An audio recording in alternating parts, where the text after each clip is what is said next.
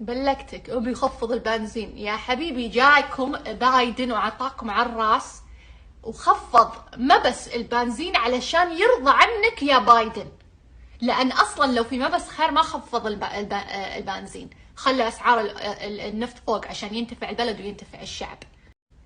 لا المضحك لما يقعدون يجبنوه وذليناه. يا عمي أنت والله يا أخي استح، يا وجه استح، يا وجه استح. ذليناك يا بايدن، ذلينا أمريكا، ركعنا أمريكا. أنت بدون حماية أمريكا من بكرة طاير، من بكرة. وأنا ما أقول الموضوع هذا اللي مبسوطة فيه وطقطق، لا هذا مؤسف، لأن هذه بلدي وهذا الشعب أهلي وناسي.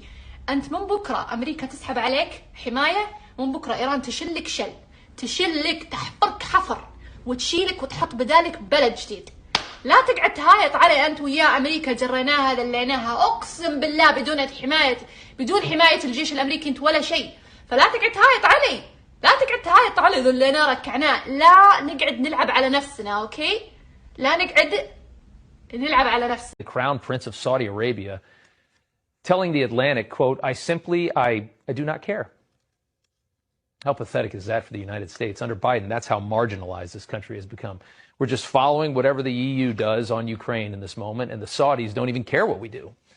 And neither does Putin, for that matter. Saudi Arabia flat out ignoring repeated pleas from the U.S. to increase oil production.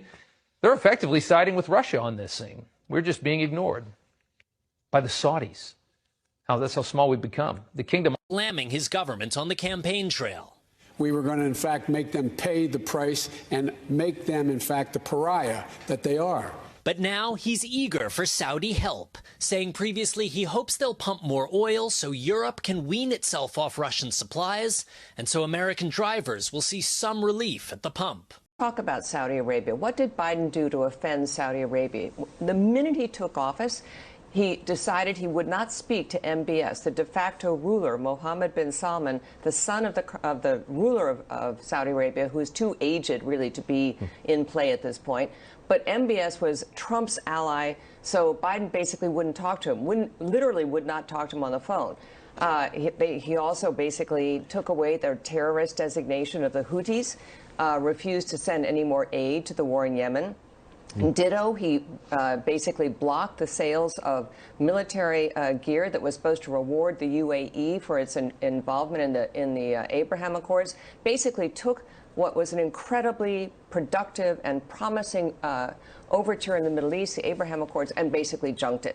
And gratuitously insulted MBS also by releasing an intelligence report about the murder of Jamal Khashoggi. That's right. So he has been, and 2 days later, Stuart, when he did that, the Saudis refused to increase oil production, even though the entire world at that point expected that to happen. So they have sat on production. My guess, here's a prediction, that is going to change. If there is one country that can actually solve our energy problem right now, it is Saudi Arabia. And my guess is you saw that we released a Guantanamo Saudi, sent him back to Saudi Arabia. That is an overture.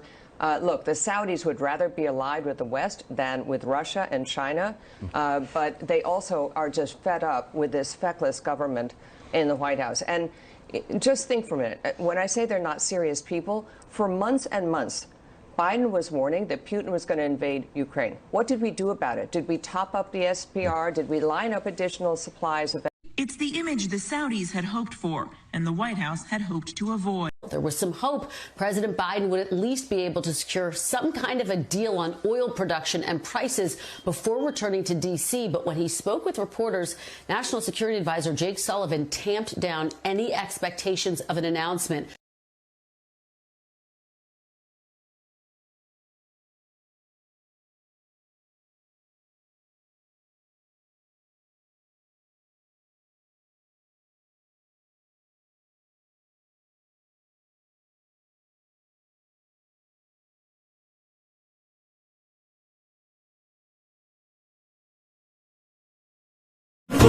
أبو العزم وأبو الحزم سلمان العزم